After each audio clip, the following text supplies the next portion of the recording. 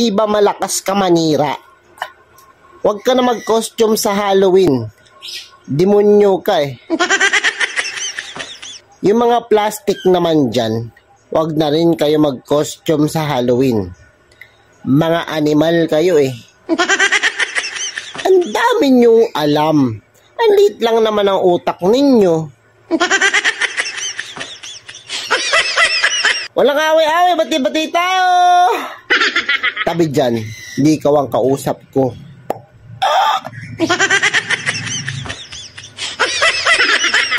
Ayaw nun, makakatipid kayo sa Halloween. Hindi na kayo bibili ng costume, oh. Natural na sa inyo. Ha? Tabi dyan, hindi ikaw ang kausap ka, nagre-react ka na naman eh. Masyado kang masasaktan. Huwag kang affected. Happy Halloween.